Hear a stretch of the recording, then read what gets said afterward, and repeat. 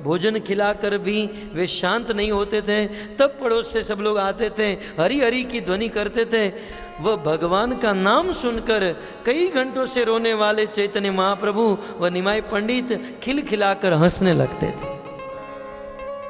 आदि लीला में भी ये कथा, मध्य लीला, चैतन्य महाप्रभु मध्य लीला में दक्षिण भारत की यात्रा के दौरान गोदावरी के तट पर पहुंचे तो राय रामानंद के मुख से भी उन्होंने कथा श्रवण की। बार बार आर कहो राय, हे राय रामानंद और आगे कहो, सुनने की लालसा।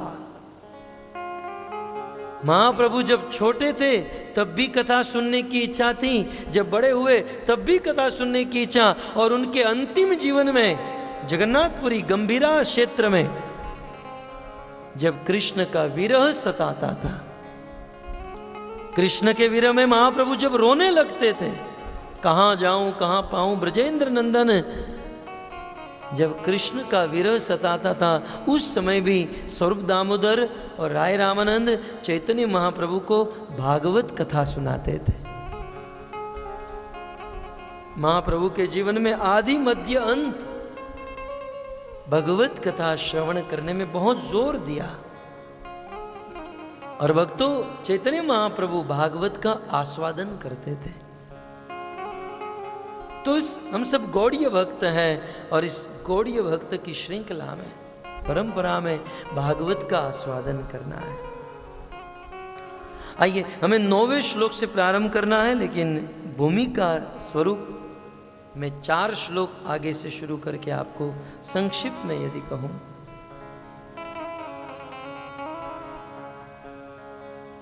नैमिषारण्य क्षेत्र में ऋषि मुनि एकत्रित हुए और सभी ऋषि मुनियों ने मिलकर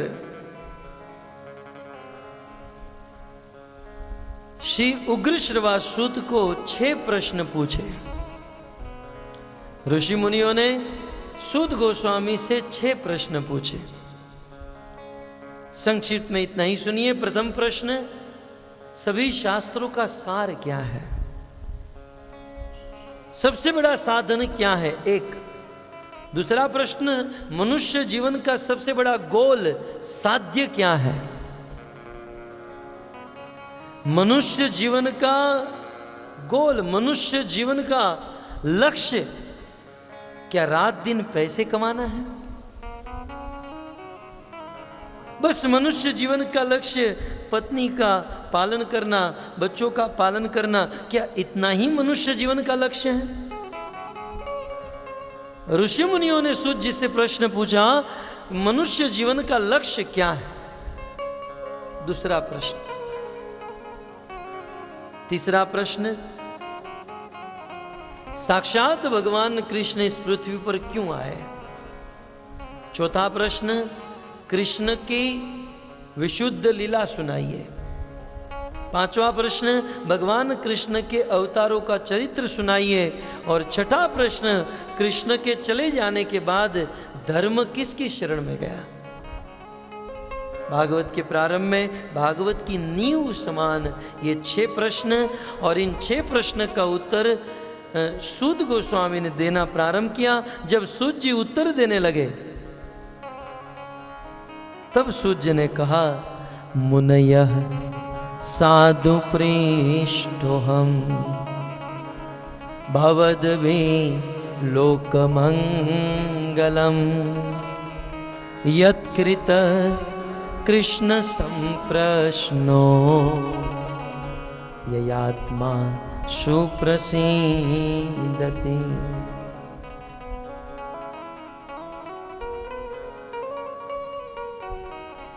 ऋषि मुनियों के मुख से प्रश्न सुनकर सूत जी ने उस प्रश्न का अनुमोदन किया। सर्वप्रथम कथावाचक, कथा वक्ता ने श्रोताओं को धन्यवाद दिया।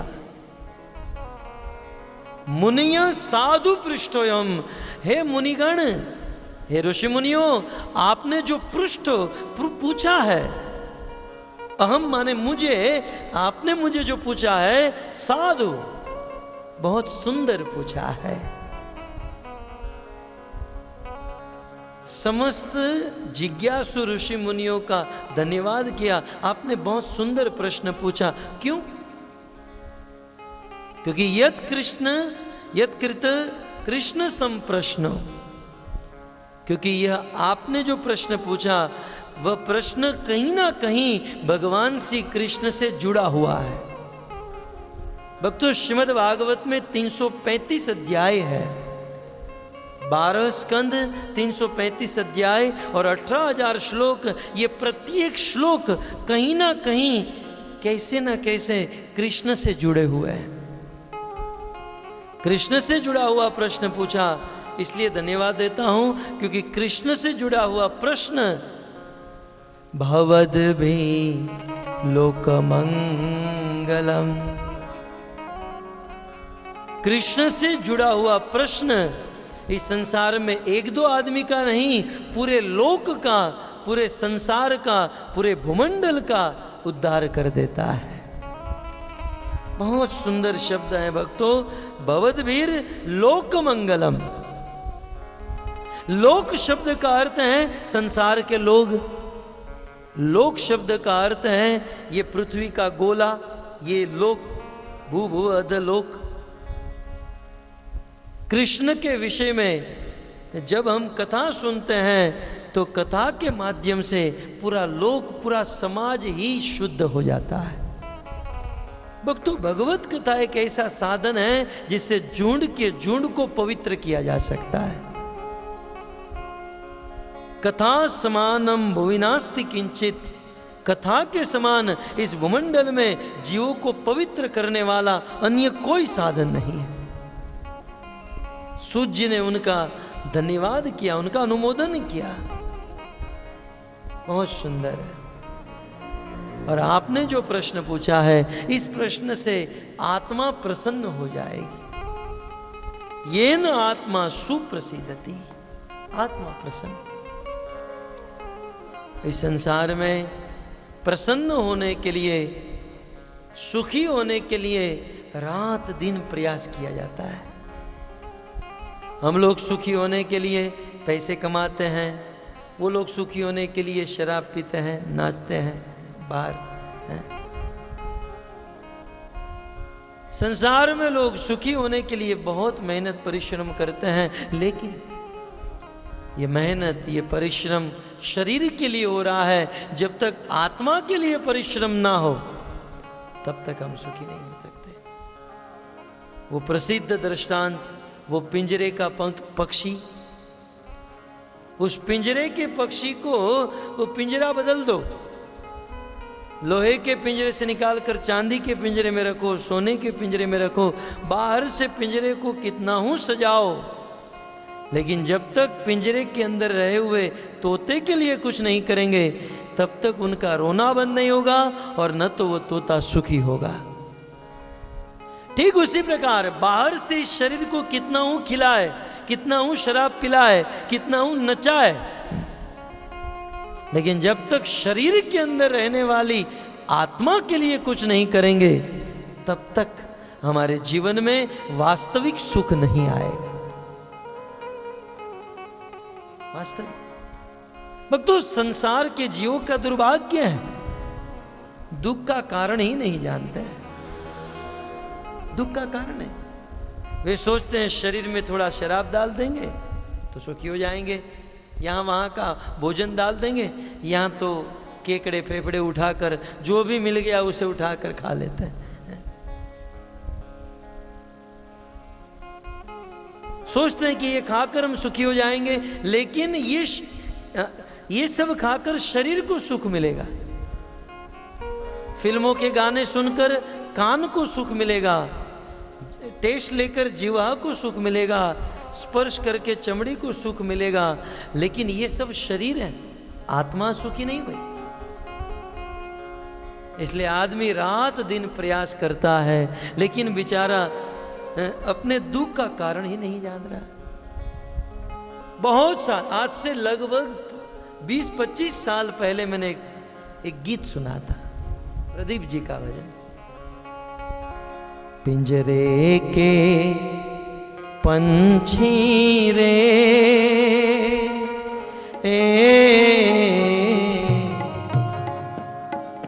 तेरा दर्द न जाने को, तेरा दर्द न जाने को, पिंजरे के पंछी रे,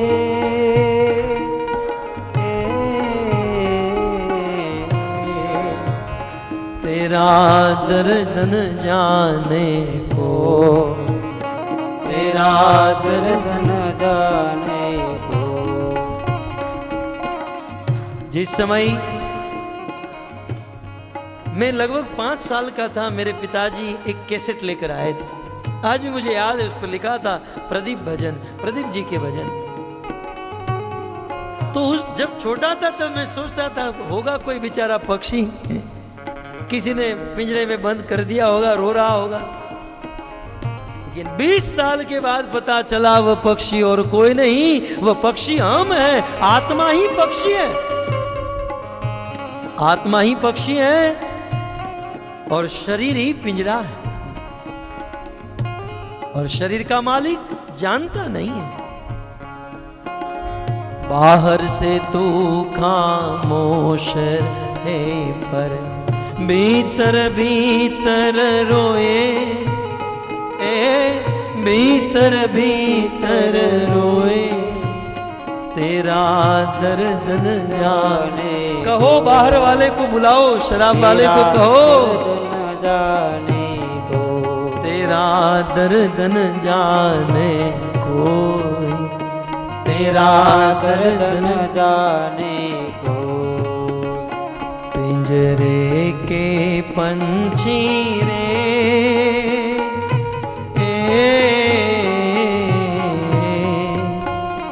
तेरा दर्द न जाने को, तेरा दर्द न जाने। दुनिया की सबसे बड़ी करुणा यह है भक्तों, आदमी जानता तो है मैं दुखी हूं, लेकिन दुख से मुक्त होने का उपाय नहीं जानता। आत्मा का वास्तविक दर्द नहीं जानता है। आत्मा दुखी इसलिए है क्योंकि हम जितने भी कार्य कर रहे हैं ये सारे कार्य शरीर के लिए हैं, आत्मा के लिए आज तक कुछ नहीं किया। और यदि आत्मा सुखी हो जाए तो हम तो सुखी हैं, जन्म जन्मांतर सुखी। तो आत्मा को सुखी करने के लिए क्या करना चाहिए? सूत जी ने कहा, येनात्मा सुप्रसीदति। कृष्ण विषय कथा सुनने से, कृष्ण कथा सुनने से, भागवत कथा सुनने से आत्मा प्रसन्न हो जाती है। भगवत कथा सुनने से आत्मा आनंदित हो जाती है। मुझे ऐसा लग रहा है कि आपको आनंद आ रहा होगा। हाँ, थोड़ी सी भूख लगी होगी कि सुबह 9 बजे से निकले होंगे। लेकिन भक्तों, यदि आत्मा को आहार मिलने लगे ना, तो फिर शरीर के आहार की किसको पड़ी है? तो आत्मा का भोजन है, तो आत्मा प्रसन्न हो जाती है। और फिर सूत जी ने कहा कि संसार में मनुष्य के लिए सबसे बड़ा धर्म यदि कोई है, सवे पुंसाम परो धर्मो यतोर भक्ति अधोक्षजे। मनुष्य के लिए सबसे बड़ा धर्म यदि कोई है तो वो है अधोक्षज, भगवान श्री कृष्ण की भक्ति करना। ये सबसे बड़ा धर्म। और कैसी भक्ति? अहेतुकीय प्रतिहता। सबसे बड़ा धर्म है कृष्ण की भक्ति करना। आप लोग कहोगे हम तो कर रहे हैं कृष्ण की भक्ति, गले में कंठी, बाल में तिलक, शिखा इत्यादि है, लेकिन भक्ति कैसी होनी चाहिए ये महत्वपूर्ण है। बहुत सुंदर शब्द है अहेतुकी भक्ति, बहुत सुंदर। भगवान कृष्ण की भक्ति करें और वह भक्ति कैसी हो जिसमें किसी भी प्रकार का हेतु न हो। अहेतु की पिछले दिनों आसाम में 2 कथा हुई, उस कथाओं में बड़े विस्तार से इन सब चीज के ऊपर बताया गया था। आप लोग टीवी के माध्यम से देख सकते हैं। मैं तो मात्र भूमिका के रूप में कह रहा हूं, अहेतु की भक्ति। भक्तों, अहेतु की भक्ति के अनेकों अर्थ हैं। मूल रूप से देखे जाए तो 2 अर्थ। अहेतु की भक्ति का एक अर्थ है, यह है कि भक्ति का कोई कारण नहीं होता। देखिए, बहुत सुंदर विश्वनाथ चक्रवर्ती ठाकुर ने एक गूढ़ अर्थ निकाला, जहां भागवत का रसास्वादन करने की बात है। अहेतु की भक्ति माने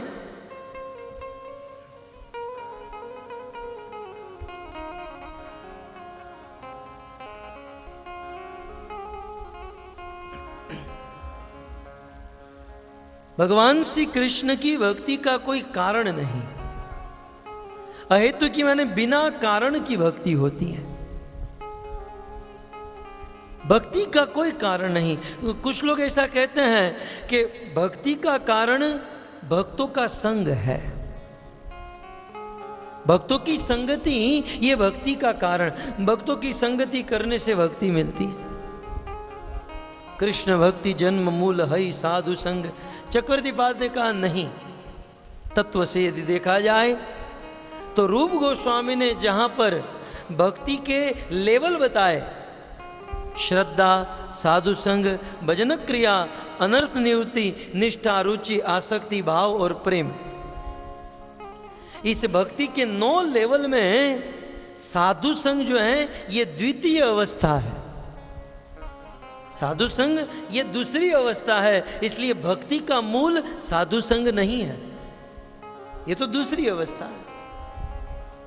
भक्ति का मूल साधु संग भी नहीं। तो कुछ लोग कहते हैं भक्ति का कारण भगवान की कृपा है, भगवान की कृपा से भक्ति मिलती है। तो भक्ति का कारण भगवान की कृपा भी नहीं है। क्यों? चक्रवर्ती पाद ने कहा, यदि भगवान की कृपा से हमें भक्ति मिलती है तो ये भक्ति दुनिया में सब लोगों को मिल जाती है ना। भगवान की कृपा से भक्ति मिलती तो भगवान फुकेट में 200 लोग को ही भक्ति क्यों देते? फुकेट के सभी लोगों को भक्ति दे देते। तो इसका अर्थ है कि भगवान की कृपा से भी भक्ति नहीं मिलती। और यदि हम कहेंगे भगवान की कृपा से भक्ति मिली तो ये भगवान के ऊपर बहुत बड़ा दोष लग जाएगा। कौन सा दोष? असमता का दोष। भगवान विषम है, असम है, भगवान सम नहीं है, क्योंकि कुछ को भक्ति देते हैं और कुछ लोगों को नहीं देते। भक्ति का कारण साधु संग भी नहीं है, भक्ति का कारण भगवान की कृपा भी नहीं है। तो यहां पर अहेतु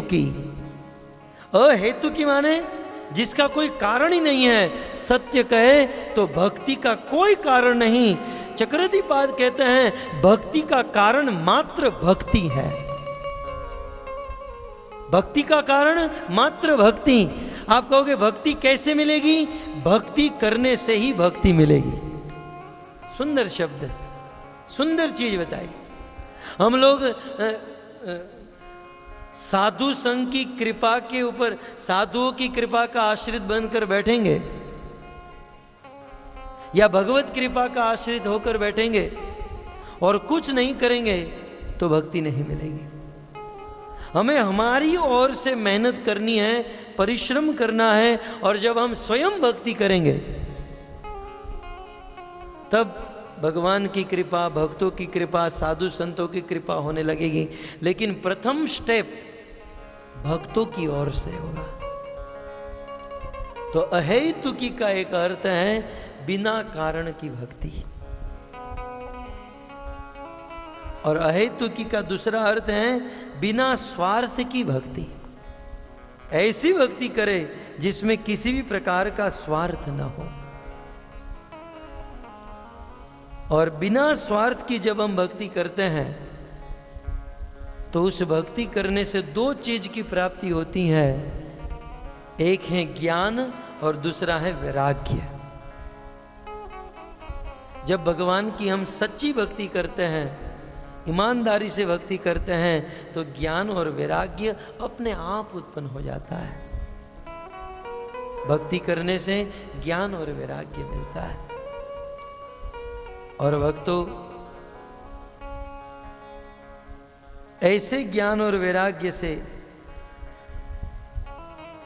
भक्ति प्राप्त किया हुआ भक्त जब भगवान की कथा सुनता है, बहुत सुंदर कहते हैं, धर्म स्वनुष्ठित पुंसाम विश्वक्सेन कथा सुय नोत्पादयेत यदि रतिम श्रम एव ही केवलम। बहुत सुंदर भक्तों, ये श्लोक श्री सूद गोस्वामी ने कहा कि हम हमारे जीवन में धर्म का पालन करें।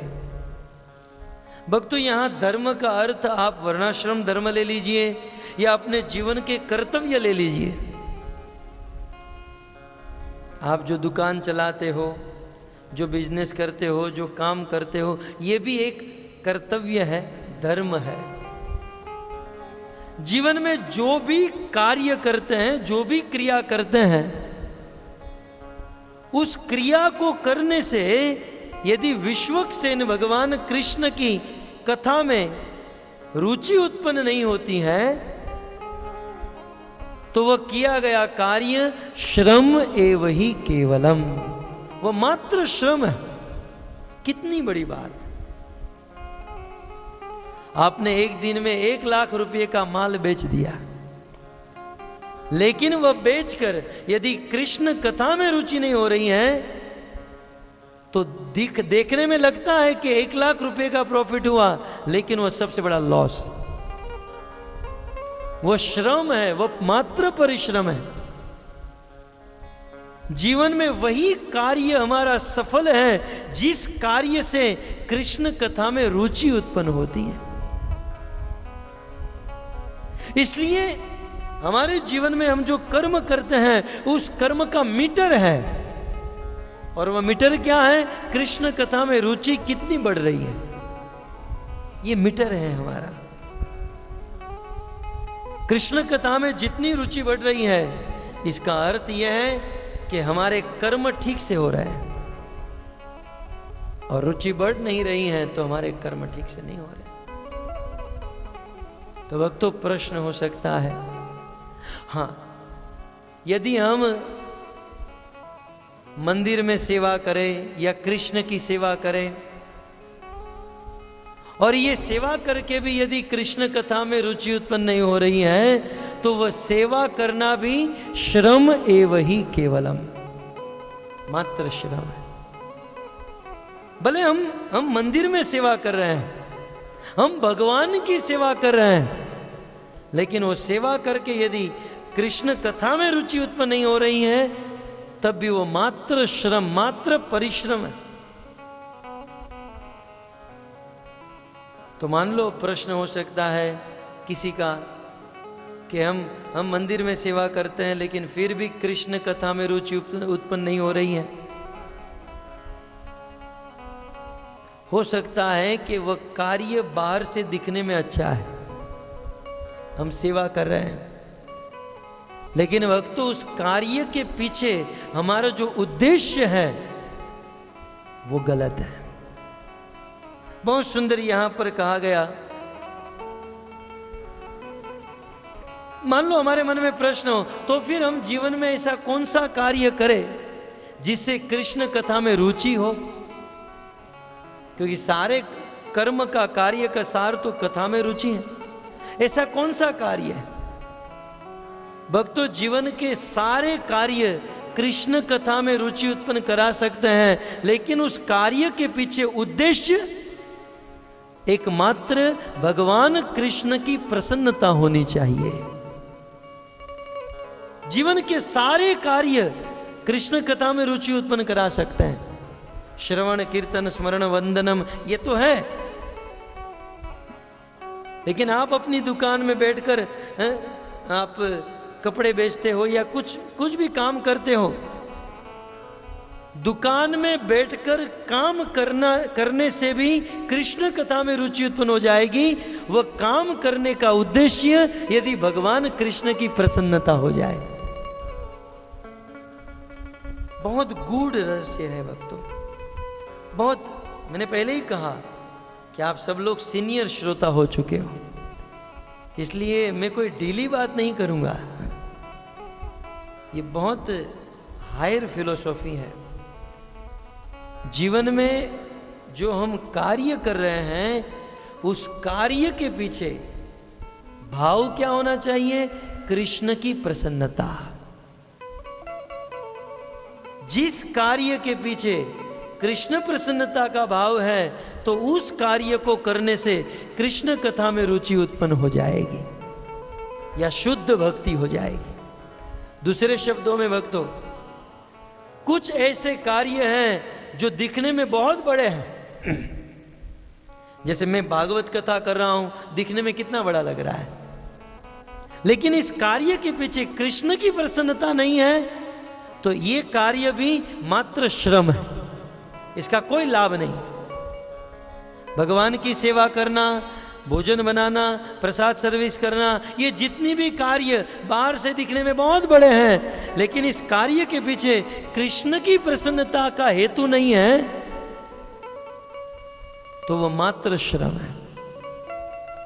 लेकिन यदि कोई व्यक्ति अपनी दुकान में काम कर रहा है, यदि कोई व्यक्ति कोई किसान अपनी भूमि पर खेती कर रहा है, अपने खेत में खेती कर रहा है, लेकिन वह खेती कृष्ण की प्रसन्नता के लिए कर रहा है, कोई दुकान में माल बेच रहा है कृष्ण की प्रसन्नता के लिए, तो उस ब्राह्मणों से, उन लोगों से भी वो श्रेष्ठ हैं, क्योंकि उनके कार्य कृष्ण की प्रसन्नता के लिए है। बात समझ में आ रही है? इसलिए भक्तों, जीवन में कोई भी कार्य करे तो कृष्ण की प्रसन्नता के लिए करें, कृष्ण की प्रसन्नता के लिए। जब हम कृष्ण की प्रसन्नता के लिए कार्य करते हैं, तो हमें सबसे बड़ा फल मिलता है, और वो है कृष्ण प्रेम। आप किसी की दुकान में नौकरी करते हो, और मात्र आप अपनी सैलरी को ध्यान में रखकर नौकरी करोगे, तो 1 महीने के बाद वह दुकान का मालिक आपको सैलरी देगा। लेकिन यदि आप उस दुकान में नौकरी करते हो सैलरी के उद्देश्य से नहीं, अपने मालिक को प्रसन्न करने के उद्देश्य से, कुछ भी करूं, चाहे मुझे ओवर टाइम करना पड़े, चाहे मुझे अपना बलिदान देना पड़े, लेकिन मैं मेरे मालिक को प्रसन्न करूं, अपने मालिक को प्रसन्न करने के उद्देश्य से काम करेंगे, और मालिक प्रसन्न हो गए तो मालिक आपको सैलरी भी देंगे और ऊपर से पुरस्कार भी देंगे, अवार्ड भी देंगे आप। ये 2 चीजें जीवन में हम कर्म करते हैं तो मात्र उसका फल मिलता है, लेकिन भगवान की प्रसन्नता के लिए कर्म करते हैं तो उसका फल भी मिलता है, और वास्तविक फल वो है कृष्ण प्रेम और कृष्ण कथा में रुचि। इसलिए भक्तों, हम जहां हैं, जैसे हैं, हम जो कर रहे हैं वही करें। भक्तों, आप थाईलैंड में हो, फुकेट में हो, और ऐसी तामसिक भूमि में हो, तामसिक वातावरण में हो, कोई बात नहीं, लेकिन आप अपने कार्य कृष्ण की प्रसन्नता के लिए करें, तो यहां रहकर भी आप भगवान को प्रसन्न कर सकते हो, भगवान को प्राप्त कर सकते हो। कोई व्यक्ति वृंदावन चला जाए और वृंदावन में जाकर वह कृष्ण की प्रसन्नता के लिए कार्य न करे, मात्र अपनी प्रसन्नता के लिए कार्य करे, तो वह वृंदावन में रहकर भी वृंदावन में नहीं है। और फुकेट में रहकर यदि कोई व्यक्ति कृष्ण की प्रसन्नता के लिए कार्य करते हैं, तो फुकेट में रहकर भी वो वृंदावन में है। तो श्रम एवं ही केवलम, जीवन में ऐसे कार्य करने चाहिए जिससे कृष्ण कथा में रुचि उत्पन्न हो। और वह कार्य कौन से हैं? वो सारे कार्य, सारे आपको जो अच्छे लगते हैं वो कार्य करो। आपका जो स्वभाव है, कृष्ण ने कहा अपना स्वभाव मत छोड़ो, अपने स्वभाव को मत दबाओ। कई बार कुछ लोग कहते हैं ये कथा करना ये आपका धंधा है, आपका बिजनेस, आपका काम है। मैं कहता हूं ये कथा करना मेरा स्वभाव है, स्वभाव है। और आप कहीं भी लेकर जाओ, कथा करना हम नहीं छोड़ेंगे, स्वभाव। जो भी प्रकृति से जन्म से जो स्वभाव मिला है, अपना स्वभाव, अपना स्थान, अपना परिवार, अपनी दुकान जहां है वहां रहे, लेकिन एक चीज तो ध्यान से करें कि जीवन के प्रत्येक कार्य कृष्ण की प्रसन्नता के लिए करें। कल सुबह उठकर जितने भी कार्य करते हैं वह कार्य करने से पहले अपने आप को पूछे कि ये कार्य मैं किसकी प्रसन्नता के लिए कर रहा हूं।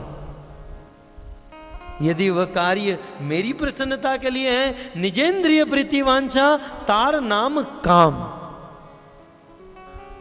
अपनी इंद्रियों की प्रीति के लिए, स्वयं सुखी होने के लिए यदि आप कार्य करते हो तो उसे वो काम है, वो पाप है। और कृष्णेंद्रिय प्रीति वांछा धरे प्रेम नाम, और कृष्ण की प्रीति के लिए यदि हम काम करते हैं तो वो प्रेम है, वो वास्तविक भक्ति है। तब आप लोगों का एक प्रश्न होगा कि प्रभु जी आप कहते हो कि कृष्ण की प्रसन्नता के लिए काम करना चाहिए, कृष्ण को प्रसन्न करना चाहिए, तो फिर हम लोग सुखी कैसे होंगे? बस रात दिन कृष्ण की ही प्रसन्नता के लिए काम करेंगे तो हमारे सुख का क्या है? तो भक्तों, हम कृष्ण को जितना सुखी करेंगे, कृष्ण को सुखी करने के लिए हम जितना काम करेंगे, तो कृष्ण से ज्यादा हम लोग सुखी हो जाएंगे। भाव क्या होना चाहिए? कृष्ण की प्रसन्नता।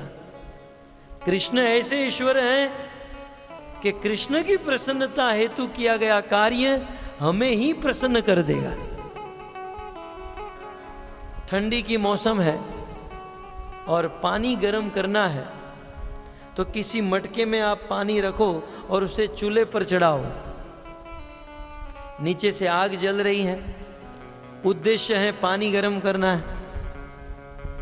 तो ये जो आग गर्म हुई, उद्देश्य है पानी गर्म करना है, लेकिन उस पानी को मटके में रखना तो पड़ेगा। उसके लिए पात्र, आश्रय तो कुछ चाहिए। तो पानी को गर्म करना है, उद्देश्य है पानी गर्म करना, लेकिन उसको मटके में रखा गया गर्म करने के लिए, और नीचे से आग से उसको तापा गया, तपाया गया। तो भक्तों, उद्देश्य है पानी गर्म करना, लेकिन पानी से पहले मटका गर्म हो जाता है। तो ठीक उसी प्रकार आश्रय जो है वो मटका है और विषय जो है वो पानी है। जब भक्त भक्ति करता है ना, तो आश्रय जो है वो भक्त होता है और विषय भगवान होते हैं। और अग्नि जो है ना, वो हमारी भक्ति है। जब हम भक्ति करते हैं, कृष्ण के लिए कार्य करते हैं, उद्देश्य है पानी गर्म करना, लेकिन पानी गर्म करने की क्रिया में मटका पहले गर्म होगा, पानी बाद में गर्म होगा।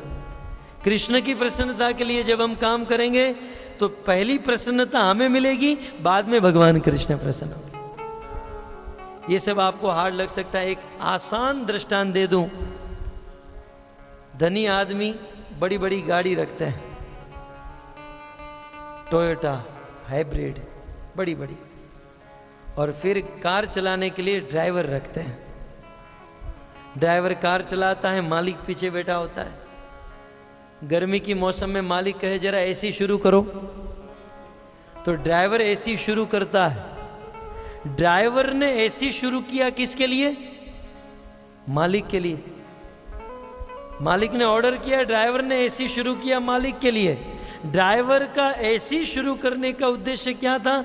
मालिक को एसी की हवा मिले, लेकिन वो हवा पहले ड्राइवर को मिलेगी, फिर मालिक के पास जाएगी। ठीक उसी प्रकार भक्त के प्रत्येक कार्य करने का उद्देश्य कृष्ण की प्रसन्नता है। इस उद्देश्य से हम कार्य करेंगे तो हमारी प्रसन्नता तो अपने आप हो जाएगी और उस कार्य का कोई बंधन नहीं लगेगा। यही है जीवन का सबसे बड़ा कार्य। और ऐसे कार्य करने से कृष्ण कथा में रुचि उत्पन्न होती है और भगवान श्री कृष्ण में प्रेम उत्पन्न हो जाता है, और इन्हीं का नाम है भक्ति। तो ऐसी भक्ति और ऐसे धर्म के विषय में श्री सूत जी कहते हैं, धर्म सही अपवर्गस्य। ऐसे धर्म करने का उद्देश्य क्या है? आदमी धर्म का पालन क्यों करता है? तो आज तो समय हो चुका है, 1:30 बजे तक आज का समय था। तो कल से हम 8वें श्लोक से प्रारंभ करेंगे। धर्म के ऊपर बहुत सुंदर धर्म संवाद होगा। आप लोगों के पास भागवत हो तो इन श्लोकों को पढ़कर आइएगा, ताकि समझने में आपको कठिनाई ना हो। और वैसे मेरी इच्छा है कि कम से कम 2.5 घंटे तो कथा हो। इतनी दूर से आए हैं और आप लोग भी, तो 45-45 मिनट के 2 स्लॉट होंगे और बीच में 15 मिनट खड़े होकर महासंकीर्तन करेंगे, ताकि आपको नींद आए तो वो भी उड़ जाए और एक बड़ा आनंद आ जाए। तो कल से हमारी ये सिस्टम होगी, 45 मिनट कथा और फिर 10-12 मिनट कीर्तन और फिर से 45 मिनट कथा और फिर भागवत जी की आरती, प्रसाद और प्रस्थान। आप सभी भक्त अपना कीमती समय निकाल कर आए, आप सभी भक्तों को धन्यवाद। ग्रंथराज श्रीमद् भागवतम महापुराण की जय, श्रील प्रभुपाद की जय, निताय गौर प्रेमानंदे, हरि हरि बोल।